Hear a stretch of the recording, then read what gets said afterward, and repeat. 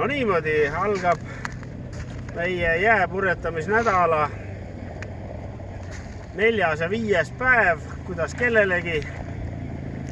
Ja meil on jääd, meil on päikest, meil on imeilus ilm, aga üks pisiasi on puudu, mis jääpurjetamisest teeb õige võidusõidu, see on tuul. Rasmus Maalin, sa oled praegu eestlastest kõige kõvema koha peal. Et siis 2 sõna. Ja, et võistlused algasid meil juba esmaspäeval ja esimesed 2 päeva saime purjetada ja siis saime 4 sõitu kirja ja algas, mitte kõige paremini, oli finišeerides 16. Aga siis ei vedanud lihtsalt siin ka järve peal on väga heitlikud need tuuleolud ja siis juba edasi päeva lõpetasin 3. kohaga ja järgmise päeva alustasin ka 3. kohaga.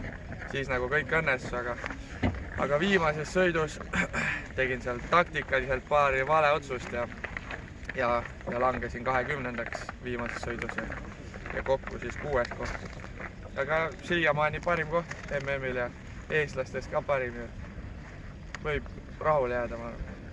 Näed, meie selja taga väike punane lint igal juhul lehvib, et see tuul on küll õhkõrn, aga võib-olla on lootust, aga tennid sõidavad homme ka veel.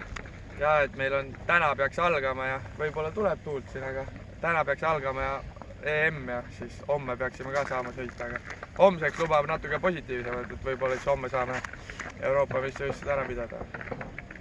No niimoodi, uisk on terav ja soot on peos ja siis mis siis muud kui edu sulle! Aitäh!